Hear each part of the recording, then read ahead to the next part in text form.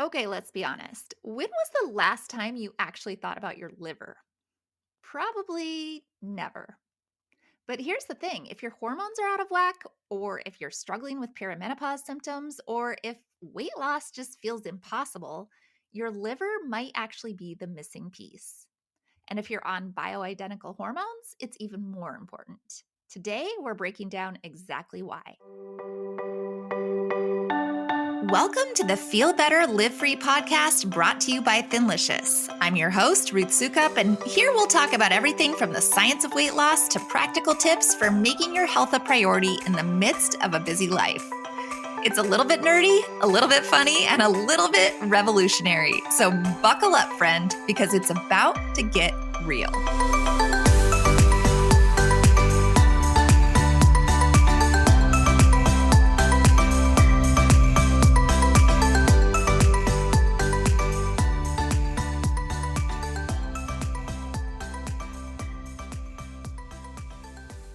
Hey there, and welcome back to the Feel Better, Live Free podcast. For those of you who don't know me, my name is Ruth Sukup, and I'm the founder of Thinlicious and the creator of the Thin Adapted System, as well as the New York Times bestselling author of 7 books. And today we are diving into the fascinating world of liver health, hormones, and gut health with my guest, Elizabeth Katzman. Elizabeth is a certified perimenopause coach, functional diagnostic nutrition practitioner, that's a mouthful, and holistic health expert. She's also the founder of Strong Choices, a platform dedicated to helping women navigate the challenges of perimenopause through personalized nutrition and lifestyle strategies.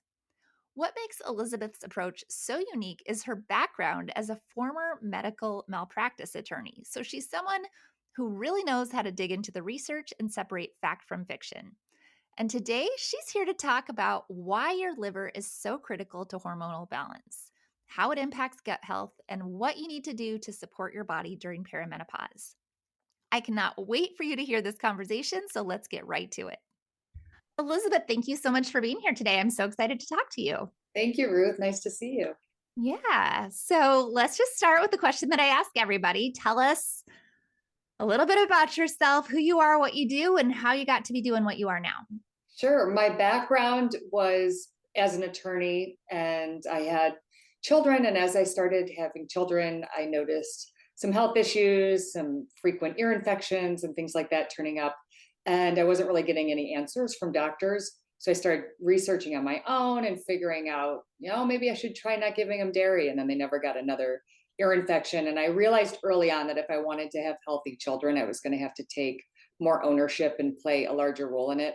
So I went back to school, went to Institute for Integrative Nutrition, then went to FDN as a functional diagnostic nutrition practitioner. That is a mouthful. And it was really just to take some ownership over my family's health, but it evolved into a business as conversations would just sort of lead into it with other moms on the playground, and everyone would have questions. Then I started reading people's labs and slowly evolved into the business. And now that I'm 50 and my clients are of similar ages, it's turned into a lot of perimenopause and menopause care. I love that. I love that. So you're not practicing as an attorney anymore? I'm not. I stopped when I was super sick with my first baby. Oh my gosh. Oh, no. And there was no way. And I really always thought I couldn't wait to get back to work. And then the second I saw that baby, I was like, I'm never leaving this house. I can understand that. Well, I don't ever talk about this, but I went to law school for 1 year, and I quickly found like I had planned my whole life to be a lawyer. Like that was all I ever wanted to do growing up, because I like to argue and I thought it would be so fun. And I was obsessed with Legally Blonde. That I like thought that Yes. was what law school was going to be like. And it is not, as I'm sure you can attest to. And I was like, what is this? What have I gotten myself into? So I did not The first year last. is the hardest. The first year is the hardest. If you get through that, you can make it. Well, I did not, and I have not looked back, but more power. I have so much respect for anybody who actually makes it through because I was like, this is nothing. Now I understand why they had that big musical interlude in the, in the first. They've skipped over all the sucky parts, but Oh, I will say it was good training for research for sure. Like mm, it did kind I of bet. detective skills. Yeah, yeah, for sure. So I'm really curious. One of the things that I really wanted to talk to you about, because we talk about gut health quite a bit on this podcast, but I wanted to talk specifically about liver and liver health and how that affects, because I think you talk quite a bit about that and have a lot of expertise in that area. So can you just tell us a little bit more about the role that your liver plays in your body systems? Yeah, it shifts throughout the years, but in periods of high hormonal demand, there's more demand put on a liver. So that's one of the reasons why you'll see teenage girls with acne. And it's one of the reasons why perimenopausal women can no longer drink alcohol the way they used to. It's one of the reasons why your cholesterol goes up for unexplained reasons when you hit 40, 45, 50, and you think, like, I'm not changing anything. I don't drink a lot of alcohol. I'm not eating more fatty foods than I used to. I'm still working out, and your cholesterol is still rising. We have estrogen receptors in our liver. And so as our estrogen declines with age, our cholesterol at the same time goes up. And also, there's such a close link between our gut and our liver health and the way that we metabolize and excrete hormones. It's really crucial at any age. So even though I deal a lot with perimenopausal women, most of my clients have teenagers, whether it's teenage boys or girls, you'll find a lot of acne, anxiety, lots of issues that will come back to liver health. And so all the principles I talk about, regardless of age, is going to help everybody. Yeah. So, and there's a lot of great tests you can do. There's the Dutch test that will show you how you're metabolizing your hormones. There's gut tests that will tell you things like beta glucuronidase. I see that being very elevated in teenage years and perimenopause. So perimenopause is kind of like reverse puberty. So you're seeing a lot of the same issues at both of those stages of life. And it's also, I think, a big reason why mothers and daughters, teenage daughters Match so and much. perimenopausal moms can That explains so much. That being the mom of two teenage girls. you're at very similar stages, just on the opposite ends. That's Their hilarious. hormones are ramping up and yours are winding down, but it's all very like roller coaster for both. Yeah. It's chaotic depending on the day. It could be really high or really low. Mm-hmm. So all the basic principles apply for both age groups, which is really optimizing your liver function so that you're excreting, circulating estrogens. Because that's, even if your estrogen is low in perimenopause, it can build up. So you can start having feelings of estrogen dominance like you did as a teenager, even though your estrogen is low, not high. It's elevated in correlation with your progesterone Interesting. because your progesterone is declining first. So that's where you're feeling, more anxiety and sleeplessness as a 40, 50-year-old, or even late 30s, because your progesterone is getting out of whack with your estrogen. So even though it's low, you're feeling breast tenderness, you can get acne again. And so the fundamentals of liver detox are super important, and making sure that your estrogen and progesterone receptors are working properly. And that has to do with keeping your liver clean. And also, this is a time when your thyroid function is compromised, and we need proper liver function to convert inactive T4 to active T3. And so that's all gut livers. That's why you hear the term thyropause. And a lot of time in perimenopause, it can be hard to decipher, is it perimenopause? Is it thyropause? It's a lot of times it's all at once. So you see a lot of Hashimoto's. When I was sick with mold illness, I had Hashimoto's for a minute, and that was because my liver was storing mold and I wasn't excreting it. Oh, And oh about wow. Yeah, about a quarter of the population has the genetics for that. So your liver doesn't recognize mold as a toxin, you just store it. Oh, and how do you find out about that? You can get a genetic test for HLA SNPs, but I feel like everyone should just live as if they have that because we're so bombarded with pollution and toxins. And when you fly and when you're even hiking down the street and you feel like you're doing something really good, but your lungs are wide open and you're breathing in the exhaust of the cars that drive by, and we're just exposed to so much more. So I usually recommend people of any age, even kids, like when I pick my kids up from school, I hand them a binder, charcoal, zeolite, chlorella, bentonite clay. Different binders will pick up different toxins. So I like to Interesting. kind of mix them up. Okay, But yeah. So let's talk a little bit more about liver detox specifically. Like, so yeah. what would be the steps that you would take? Because these are all new to me. So there's different phases of liver detoxification, phase 1, 2, and 3. 3 honestly being the most important, which is going to the bathroom, which a lot of Mhm. people are not doing enough of. Yeah. And if you're not going to the bathroom, you are going to be recirculating all of the estrogens that you bundled up so well in phase 1 and 2. And you need proper methylation and sulfation. So all those processes require proper B vitamins, proper sulfation support, which would be your cruciferous vegetables.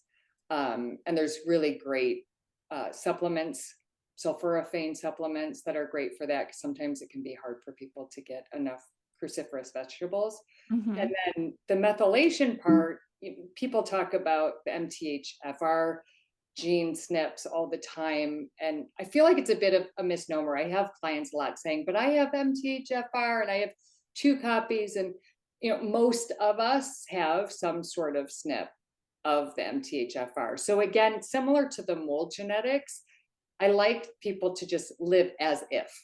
Yeah. So just take methylated B vitamins. Okay. Folic acid is synthetic. And so if you have an MTHFR SNP, it's going to store in your liver. It's also, for as far as children are concerned, a lot of ADHD children have this issue where they'll have a cereal that's fortified with folic acid and it'll send them through the roof because they're not able to methylate that. Oh. So for women, at any age, really, you want to do methylated B vitamins to support liver detox and also enough amino acids. So we need protein. A lot of women, when they think of liver detox, they want to do like a juice cleanse. But honestly, it's more of a carnivore thing. You need enough fat to stimulate bile production, you need enough amino acids. And if someone's doing a green juice cleanse with a lot of oxalates, that can add a lot of extra stress onto their liver instead of cleansing. So I like sauteed, dandelion greens, garlic, onions, olive oil, just things that are already a little bit pre-digested, Hmm. by getting rid of some of those oxalates and having enough fat and protein. I think it is the opposite of how a lot of people would think of a liver cleanse. Yeah. Yeah, for sure. I mean, that is exactly what you think about when you think of like a cleanse, like a juice cleanse or something like that. So, but you're saying, so can you get, I mean, the methylated B12, is that what you said? How do Yeah. you know that the B12 that you're getting is methylated? Does it say that on the bottle, or is this all from food that you should be getting this from, or how does that work? It's really difficult now to get enough nutrients from food. And the bottle will say if it's folic acid or if it's methylated. Um, Okay.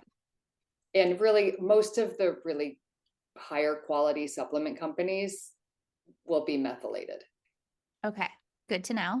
So, and then from a food perspective, you should be eating, I would think, red meat, lots of red meat, or any kind of protein.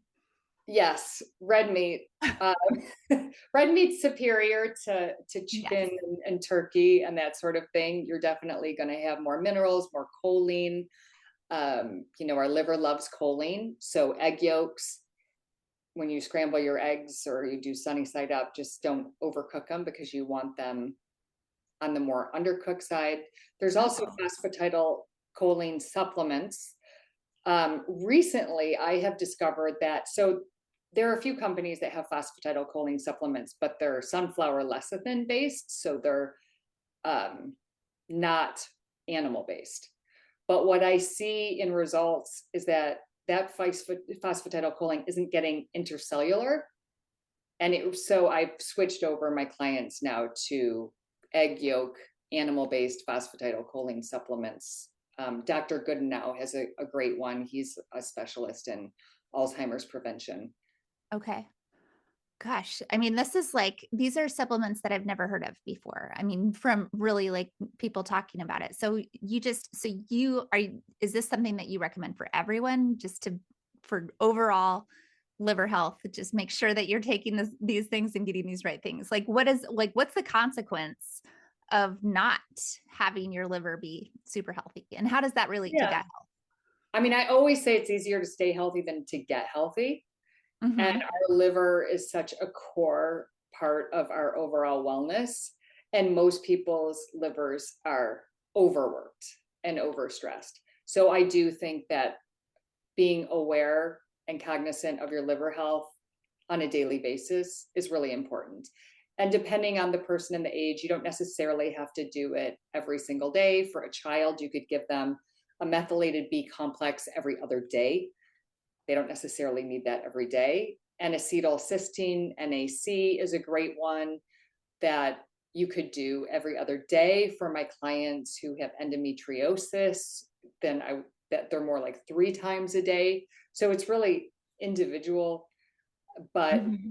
the core tenets really are just to eat as clean as possible, obviously, the ultra processed foods. I mean, if we're just not eating out of bags and boxes and sticking with fruits, vegetables, meats, we're solving a lot of problems right there. Right. Right. But most people do need a B complex to support them. And Mm-hmm. women who are having issues excreting their hormones, and they'll know it because they'll have tender breasts or more painful periods, acne, then those women would want to also add in some kind of sulforaphane supplement if they're not doing broccoli sprouts. You know, broccoli sprouts are a lot more powerful than just broccoli, so I love those. Really? I don't think I've ever heard of broccoli Broccoli sprout. sprouts. Yeah, where do you get those? Just at I the get grocery store? mine I get them at a farmer's market because I found that the grocery store ones tend to be a little moldy. They can mold quickly. Oh, So I like to get them really fresh, but you can sprout at home too. It's fun. It's really oh, easy. They come up in just a couple days and you cut them up, really? Well, throw I'm them. gonna have to figure that out. So many new things I'm learning today. I love it. Yeah, So, there's some good little sprouting kits online. And the other thing that I love to do that I've been doing for so many years, and I also love this for teenage girls if they're having PMS, but this is part of my nightly wind down routine that I've done for like 10 years, ever since I had the mold illness issue, is I do castor oil packs. mm, Our livers love castor oil packs. You can put it just on your liver, or you can do it over your abdomen to cover your intestines also, because it helps with excretion and proper bowel movements and bile flow, and it helps move our lymph, and it helps get blood to our liver. So as we age and go through perimenopause and menopause, we lose blood flow and circulation to the liver. So castor oil packs and then actually physically massaging really helps with that. And okay. I just do a couple drops of essential oil, like frankincense, I really like doing, and Yeah. putting it with the castor oil. You put a flannel on and then put a towel and then a heating pad. And I'll just do that when I'm watching a show with my kids or reading a book before bed. It's super relaxing and it really helps keep your liver flowing. Oh, I've actually been curious about castor oil packs because I've been using castor oil on my face actually with frankincense for about 6 months, and it's amazing as a moisturizer.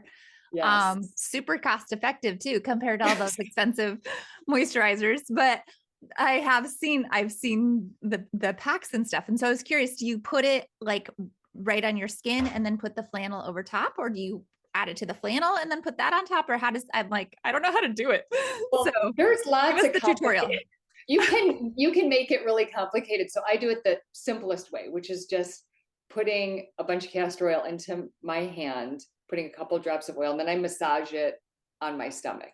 If Okay. you really want to focus just on your liver, you can put it on your liver, but I like doing the whole abdomen. Okay. And That's then I easy. put the flannel right on top. I put a towel so it doesn't ruin your heating pad and sheets. Okay. And then I put the heating pad on top. Okay. About That's 30 easy. minutes is good. Okay. But for people who are really struggling with PMS, or even if you have tender breasts, if you have fibroids or cysts, you put the castor oil on your breast and do it Oh, over your breast. It oh really wow. helps. Wow. And That's for people amazing. who are sick with mold, you do it a couple times a day and it helps clear the mold so much faster. It really Okay. helps detox the liver. Wow. So how quickly can you tell a difference when you start doing this? You have to make sure you're doing all the fundamentals too, right? It's one of those Mhm. things that if you're not eating clean, it's not going to do much. But if you're eating clean and taking supplements that support detox, you'll see it quickly. And it really helps with people with acne and eczema. It helps clean up skin conditions because all of that really is liver congestion. Interesting. So people will So see that quickly. yeah, I was going to ask, like, what are the biggest signs that you notice to know that like there's a problem with your liver, and I mean, I understand that it's all connected, right? And we talk about a lot about gut health, and we talk about hormones and all of this different stuff, and it's like we want to put it into a silo, but it's never in a silo because everything works together. So, but how do you know specifically that the liver is the issue and not, say, just leaky gut syndrome or something else that might be going on? You're just your thyroid, or are you saying it all comes back to the liver? It's usually more than one thing, and it's usually how they're all communicating with each other. So it is really good to get a complete workup done. Look at your gut, and the interesting thing about the liver is that in order for so there's AST and ALT, those are your liver markers on a white blood cell count.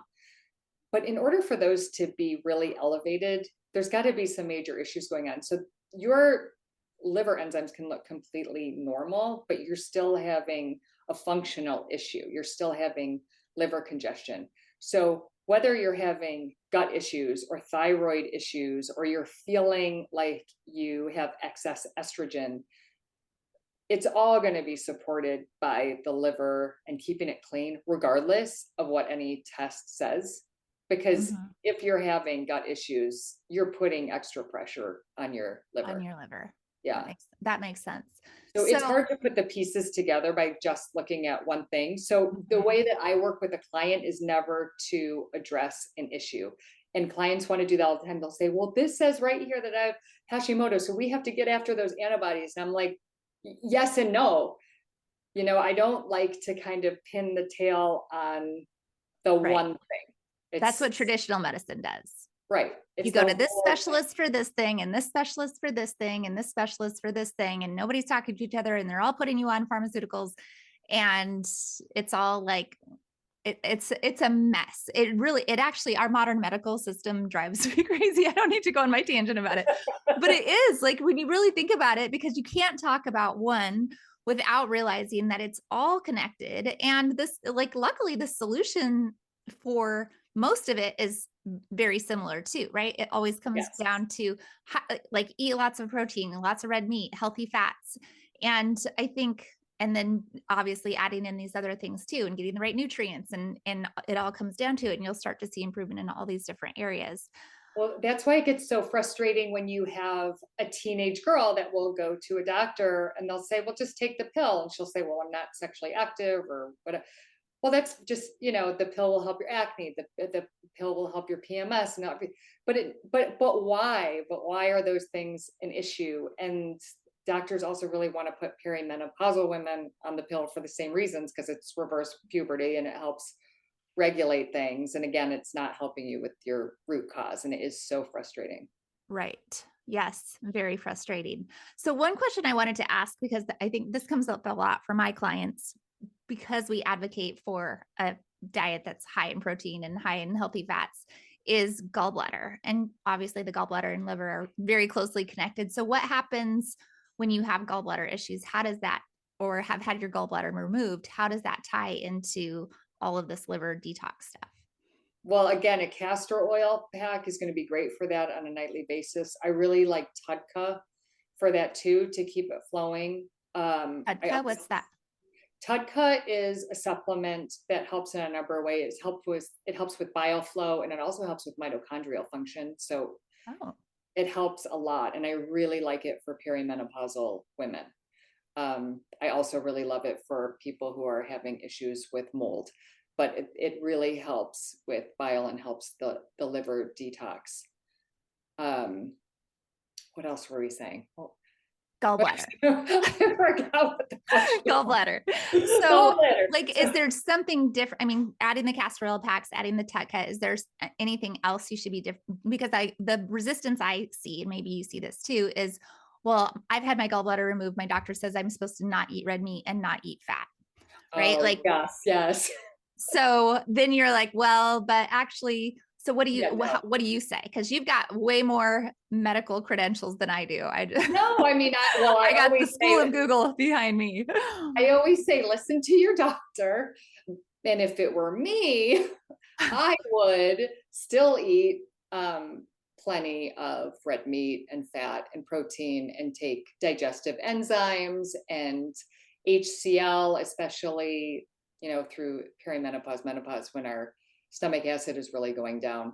Then I would always recommend sticking with the basics, the fat, the meats, all the good stuff that our body needs for any number of reasons, but I would include digestive enzymes, HCl, and I do like Tudka as well. Okay. Does Tutka act as a digestive enzyme as well, or just aid in digestion, or It just just in the aids bile production? in keeping, bile flowing and the mitochondrial function Okay. going. Right. Yeah. Because your liver is still producing bile if you've had your gallbladder removed, Right, correct? right. Yes. Okay. Okay. Yeah, but everything is going to be a little slowed down and a little more difficult, but it doesn't mean we can't still keep things moving, Right. you know, and fiber, of course. Yes. So why do you think that is the standard recommendation for gallbladder and even for liver function, is just avoid fat and avoid red meat? I just think it's really misunderstood and villainized by big food, for their own reasons, that we've been scared away from what Mother Nature has provided us, scared away from butter and eggs and meat, what we've been intended to eat, that somehow we should be eating a more processed diet that makes food companies a lot more money and Yes. creates a need for us then to take pharmaceuticals to help with the problems that creates. I just think there's a lot of machinery behind those messages, in the same way that we're told, that we want to take a statin to lower our cholesterol. Well, our cholesterol's going higher as we're aging because our estrogen's declining. We don't need a statin for that. Taking some estrogen would help a whole lot. And actually, people who live the longest have high, cholesterol above 220. So Right. the idea that we want to keep it below 200. So I don't know if it's the machinery, it's what's taught in medical school, and it's just a misunderstanding of how our Of bodies work and all the things. It's all the things. incredibly frustrating. In fact, just this week, as we're recording this podcast, I had an episode come out that I recorded called what was it? Calories, fat, and cholesterol, why you're worried about the wrong things. And so for those of you listening to this podcast right now, if you haven't listened to that episode, go back and listen to it. But I went really deep because those are the things that come up with my clients over and over and over again, right? Like, how can you say I don't need to worry about calories? How can you say I don't need to worry about cholesterol? How can you say I don't need to worry about how much fat I'm taking? And like, this just seems so wrong compared to everything that I've been told. And so I went through like the whole history and like linking to all the studies of why we are being told this. It goes back to this study in the 1950s that has now been proven to be wrong, but they're still teaching it in medical school, right? Like all the stuff with all of the links to everything. So if this is something that you're worried about and you want to know what the actual research says, go and listen to that and then go to all the links in there and you can read all of the studies for yourself and see that like, it's not BS. What we're saying right now is really true. Like, you have been misled, you have been lied to. There is a better way, and this is what we're talking about today. When you go back to Ansel Keys, the American Heart Association, and the Yes, whole thing, and the push for margarine, and it's all of really it. sad. And I'm so hopeful for this generation though, because I feel like the teens and 20s right now, that group of people are so taking charge of their health in a way that I know I tried to at those ages, but the information wasn't available. There wasn't the internet. I was just reading Self magazine and kind of Yes. getting my hands on what I could. And everything then was like, Eating the snack well cookies. eat Snackwells, eat Snackwells, have some red wine, do a bunch of cardio. Yep, that was the solution. Good And old I 90s. still see these teen girls who are thinking that way. And I love when I get to talk to them and say, you can eat so much food. You don't have to think about a calorie. Eat, your Yes. protein and your fiber, and you'll feel amazing. You'll have energy and build muscle, and you can eat whatever, as many calories as you want. It has nothing to do with Yes. body composition. Is going to be amazing. Yes. Yes. So true. But so you touched on it for a second there, and I want to make sure we talk about this since we're talking about the liver. Let's talk about red wine because I still love my red wine. And are you saying no more? Well, it depends. Some people can detox better than others. A lot of that has to do with genetics. And there are things you can do. You can take some extra B vitamins, some NAC, you can take some charcoal. There are things you can do to help it along. But we also develop some more histamine issues as we go through perimenopause. There's a strong relationship with histamines and estrogen. So women who could drink wine before are noticing that maybe they get a flush when they didn't used to, their eyes get watery, they get more hungover. So we have to sort of separate the alcohol from the histamines. So if someone feels like that's them, that they're having a histamine reaction, then they can try something like a really clean tequila or vodka and see if that works with some lime juice. And if that's still not working, then they're just really having a difficult time with alcohol. I don't see a lot of women over 45 that do great with any kind of alcohol, to be honest. Even with doing all of the hacks, it's just really difficult because our livers are not as, I don't want to say they're just not as good as they used to be at metabolizing alcohol. Hmm. So it is sort of a sad fact. And also, if someone's planning on taking hormone replacement therapy, then it really becomes important that alcohol is limited to not more than maybe like a drink a week, because we have Wow. to metabolize that HRT through our livers. And it's really important that, differently than if we're making exogenous, we're endogenous hormones. If we're taking them exogenously, that's a load on our body, on our liver, on our gut. And so we Interesting. have to make sure we're really careful about properly circulating that out. So I don't know. I found that it's a process I'm of like I'm mourning. processing this right now. It's sort of denial and then anger. Like eventually I have to go through acceptance all the kicks stages in. of grief from my wine. So But I do. say I cut back, but every once in a while I still want to indulge. What's my antidote cocktail? Yeah, well, I do like, again, I think that wine becomes more and more challenging because of the histamines. Mm, So I prefer, I recommend like a clean like, tequila with some lime, just keep it okay. very simple. And then I would take NAC, I take a B complex. And then if you're going to be awake for another hour, I would take a binder, like a charcoal, to help get Okay. rid of some of the reactive oxygen species. Okay. Glutathione a great one to take. If you feel like you're going to go to bed right away, then I would take your charcoal at the beginning when you start drinking. And then Okay. when you get home, you can take, all the methylation support. Ordinarily, I wouldn't recommend taking a B complex at night because it can be energetic. Oh, So B vitamins are really for breakfast, but in the case of okay. drinking, I would take it at night anyway, because you're probably not getting a great night's sleep anyway. No, So no. that's another thing that women notice, is that usually 40, 45, 50. If they drink, they're not going to really sleep. You're sedated, Doesn't. you're not sleeping. So Yeah. you're missing out on that deep sleep. You're probably waking up super early. Um, Yes. and it's a Mhm. choice. You I kind of know. choose like, I do I want know. to drink or do I I want to sleep? know. I need to find my alternative. I think I haven't found anything that like really gives me that I that know. I'm on the constant look for, well, what about, THC or CB? But then you're talking yeah. about, well, there's not as much oxygen to your brain, and we have to think about Alzheimer's. It's Well, I'm allergic to THC.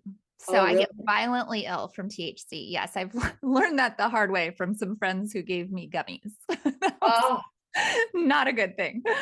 Um, but yeah, so I like don't have that kind of relaxation. I've tried what's the stuff? kava, What is it? kava. Kava. Yeah. And I've It tried doesn't do that. much for me. Doesn't do much for me either. I don't really notice. And they say it's like you have to do like consistently to actually get a result, which seems weird to me. It's like the opposite, I guess, of alcohol. You don't build up an immunity, you build up a reaction to it. But yeah. Yeah, it hasn't done the trick for me. One nice thing is that when or if you decide to take HRT at some point, the 2 weeks of the month that you take progesterone, it is very relaxing because that Oh, works as allopregnanolone and GABA on your brain. So it's very calming. oh. So what about And the other 2 weeks? well, you can only use progesterone 2 weeks a month. And Okay. I don't know why this is controversial. It is the way we were designed. We only make progesterone after release an egg during ovulation. The corpus luteum releases progesterone. We only have it for 2 weeks a month.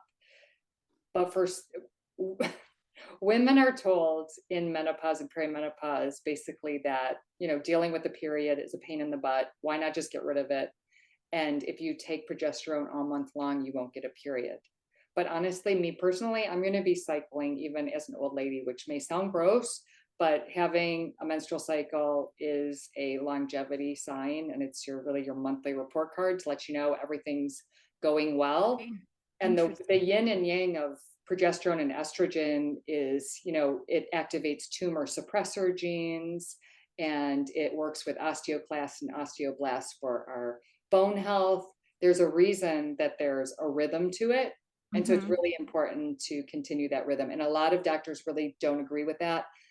They don't want to deal with it. They don't want to deal with a potential overgrowth of the uterine lining, fibroid cyst, all the things that happen for us at any age. We're at risk of those things during our whole reproductive years, but Right. we're just going to keep that going. And, if you're doing all of the lifestyle things, keeping your liver functioning properly, it's fine. Interesting. Interesting. Yeah. So I haven't felt like I've gotten to the point yet where I need HRT, but I have been curious about what's the cream, the yam cream. Um, Yeah, what do you think about that?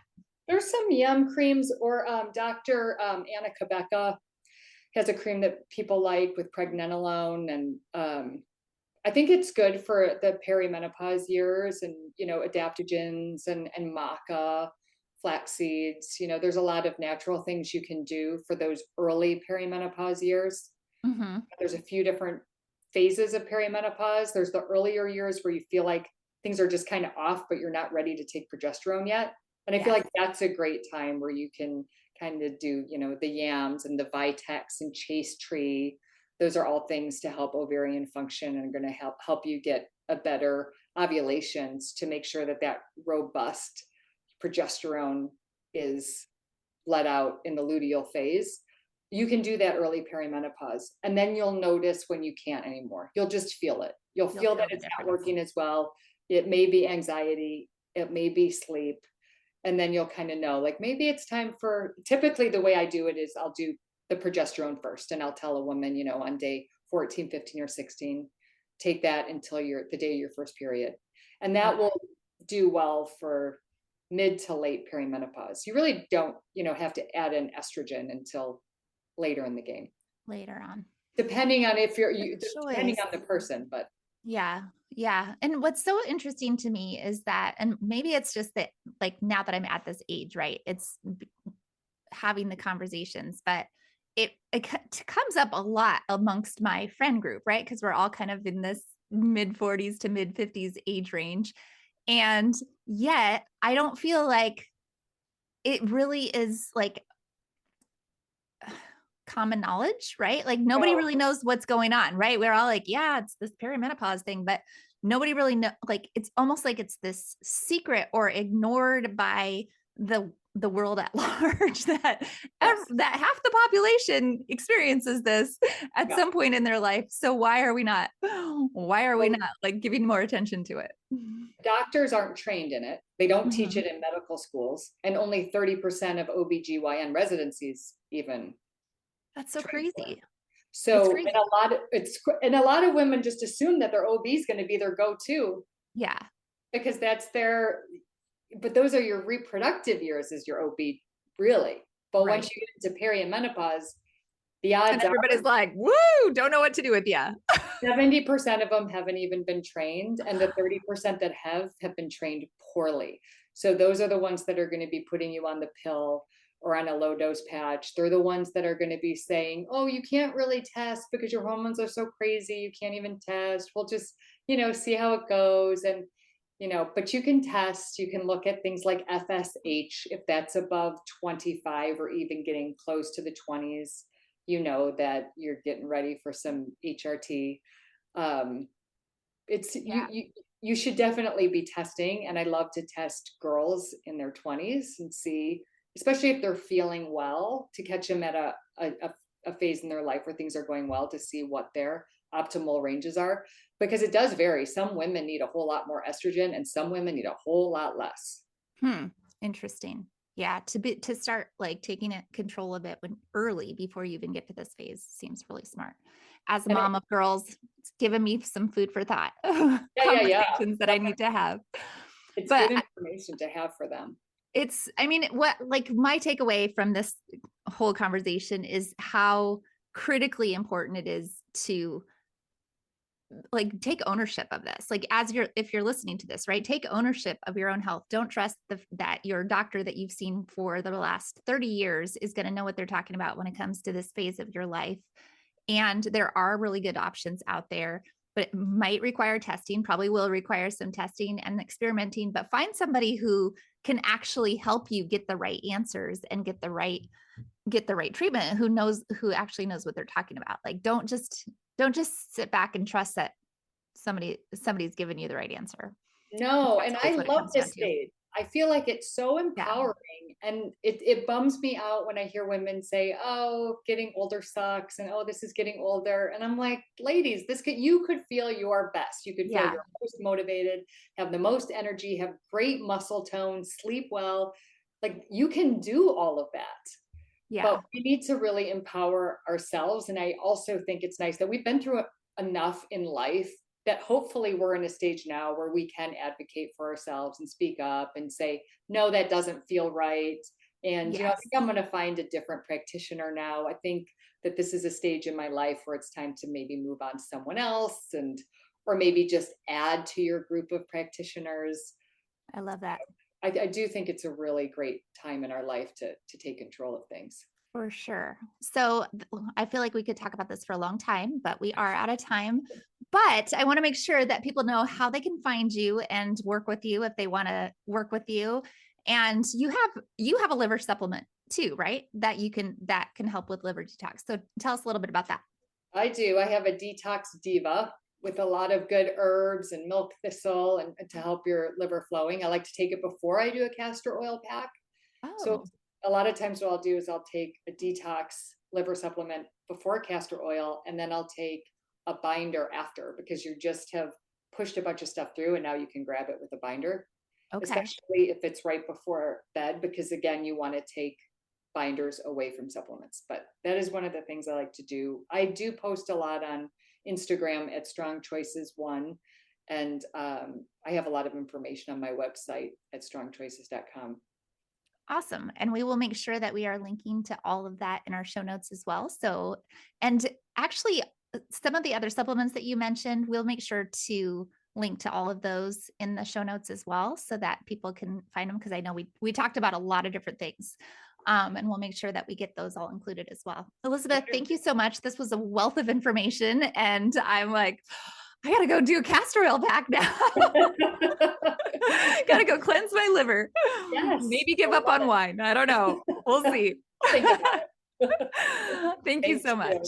Thank you. All right, guys, that about does it for this episode. Remember that you will find the link to Elizabeth's website, Strong Choices, as well as all of the other resources we talked about today in the show notes. So be sure to check that out. And of course, if you know someone else who might be struggling with hormonal imbalance, gut issues, or perimenopause symptoms, please be sure to send this episode their way. Then, of course, don't forget to subscribe to the podcast so that you will be notified of future episodes. And I will see you back here very soon.